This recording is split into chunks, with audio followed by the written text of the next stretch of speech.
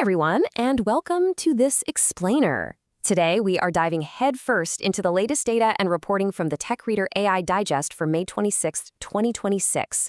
We've got a lot of ground to cover, unpacking the three absolute pillars of the rapidly evolving AI landscape right now: governance, funding, and security. It's wild out there, so let's get into it. Here's our roadmap for today. First up, governing AI, and that's scrapped executive order. Then, funding AI, specifically looking at Anthropic's massive $930 billion leap. Third, attacking AI with the trapdoor heist. And finally, some rapid-fire enterprise market shifts. Kicking things off with Section 1, governing AI, the scrapped federal executive order. So the White House had been prepping this AI executive order for weeks, right? But then, absolute last minute, President Trump cancels it. According to reporting by Axios and Semaphore, this all went down after some overnight phone calls on May 20th and 21st from Elon Musk, Mark Zuckerberg, and David Sacks. Now, quick context on Sacks. He actually left his post as White House AI and crypto czar back in late March 2026, though he still co-chairs the President's Council of Advisors on Science and Technology. All of this, by the way, is happening while China is literally accelerating its own comprehensive AI legislation for 2026. But here's where it gets really interesting: the contrasting narratives about why this order got pulled.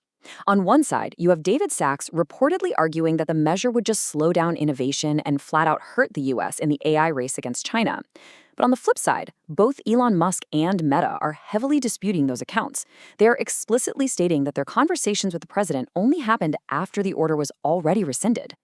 Just to be completely precise about these denials, let's look at the direct statement from Elon Musk on X. He stated, "This is false. I still don't know what was in that executive order, and the president only spoke to me after declining to sign." Meta also issued a really similar clarification about Mark Zuckerberg's involvement. We just want to lay out the reports and the direct responses here side by side so you can see exactly where the public record stands. Okay, so what was actually in this canceled draft anyway? The big sticking point was a proposed voluntary 90-day federal safety review, basically giving the government a sneak peek at the most powerful AI models before they hit the public. Now, to be clear, it explicitly did not create a mandatory licensing requirement, and interestingly enough, OpenAI actually supported this. But the broader industry, they pushed back hard, arguing for a much shorter 14-day review window instead. And this whole situation brilliantly illustrates the real-world impact. Without a federal speed limit, developers and AI vendors are definitely going to ship faster in the short term. But here's the catch: the White House has reportedly given the green light for states to pursue their own regulations instead. If you're on an enterprise legal or procurement team, this is literally a massive headache. No federal standard doesn't mean no red tape. It just means domestic teams now inherit this messy, fractured, state-by-state compliance map. It's like a giant puzzle with no picture on the box.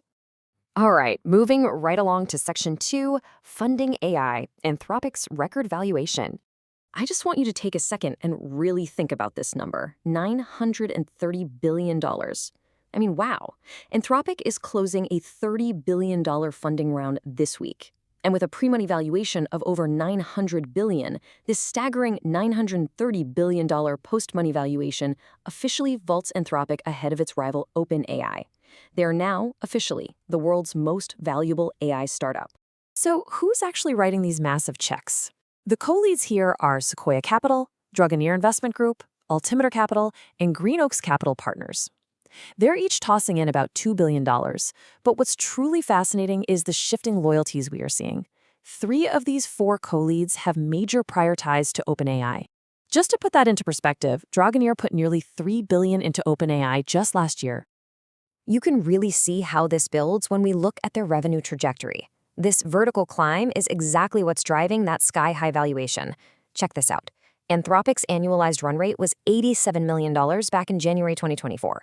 By February 2026, that number jumped to $14 billion, largely driven by the massive success of Claude Code, which launched the prior May. And now, by the end of June 2026, they're projecting to surpass a mind-blowing $50 billion annualized run rate. Oh, and they are also on pace for their first profitable quarter in Q2. Just incredible momentum. So, what's our main takeaway from all this cash flying around? Basically, competing at the AI frontier requires unprecedented, almost unimaginable capital. Institutional investors are heavily consolidating their bets right now. And this massive round, it keeps Anthropic's trajectory for an October IPO completely intact. If that happens, you guys, we are looking at potentially the largest tech IPO in history. It moves the entire AI industry firmly out of the VC phase and straight into public market reality. Game changer, for sure. Let's shift gears to Section 3, Attacking AI, the trapdoor cyber attack. So over Memorial Day weekend, a highly sophisticated and seriously stealthy cybersecurity incident surfaced. Researchers are calling it trapdoor, and it's kind of terrifying. It is the very first confirmed cross-registry supply chain attack engineered specifically to target and poison AI coding assistants. It simultaneously hit NPM, PyPI, and Crates.io, which, if you know, are the 3 largest open-source package registries out there.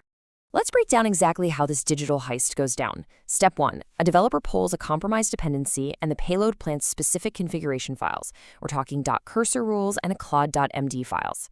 Next, the attack actually hides invisible instructions inside these files using zero-width Unicode characters, so you literally can't even see it. Finally, when tools like Claude Code or Cursor automatically parse these files to get project context, the AI assistant is tricked.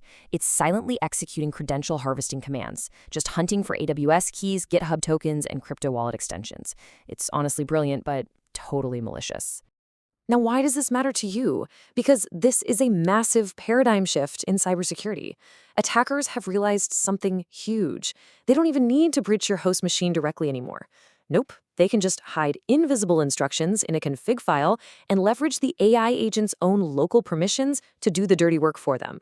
For security teams out there, simply scanning libraries for known vulnerabilities, that's no longer going to cut it.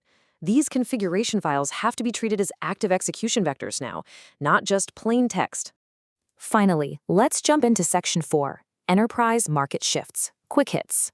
All right, let's do a rapid-fire rundown of a few remaining essential AI market shifts from the digest. First up, Microsoft actually quietly canceled its internal Claude Copilot. Why?